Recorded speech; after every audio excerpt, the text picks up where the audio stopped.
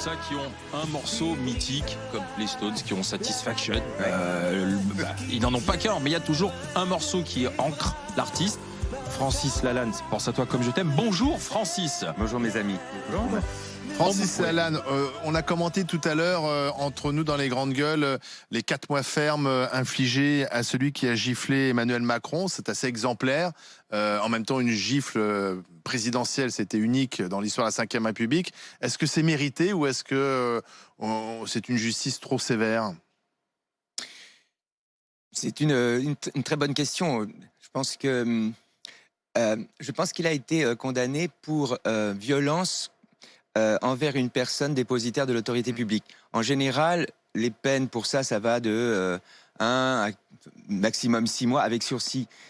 Là, ce que je trouve dommage, c'est que un garçon qui n'a pas de casier judiciaire, et donc finalement, je trouve que la prison ferme, ça sous-entendrait que c'est plus grave de gifler un président de la République qu'un instituteur. Je crois que quand même sur le blason de la République, on a l'égalité.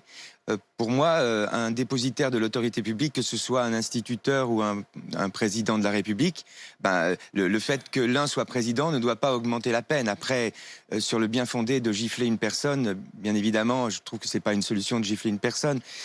Maintenant, c'est un peu aussi une gifle symbolique, c'est la gifle du pot de terre au pot de fer.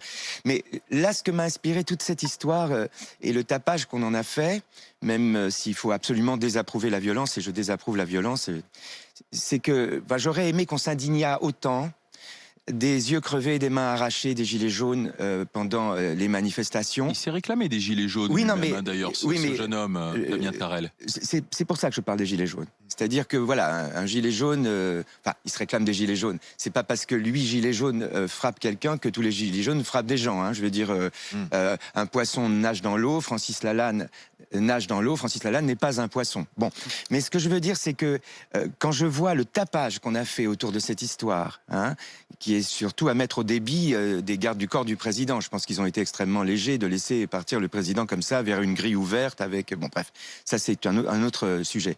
Mais je pense qu'on a ce tapage fait autour de cette petite caresse un peu appuyée sur la joue du président, m'a un peu choqué, vu le peu d'écho qu'ont eu. Vous voyez, vous minimisez tout de suite aussi le fait. Vous dites c'est une caresse appuyée sur la joue du président. Franchement, monsieur, j'ai grandi à Marseille.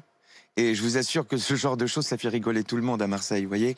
Je veux dire, je pense que ce geste n'est pas un geste qu'il faut encourager. Je pense que c'est jamais bien d'avoir recours à un geste qui peut exprimer la violence. Mais je trouve que c'est assez symbolique. Mais les yeux crevés et les mains arrachées des gilets jaunes pendant les manifestations n'ont jamais provoqué autant de tapage et autant d'indignation dans la presse. Et c'est simplement ce que je veux dire. J'approuve pas, bien évidemment, dès qu'on a recours à la violence, il s'agit bien sûr d'un échec.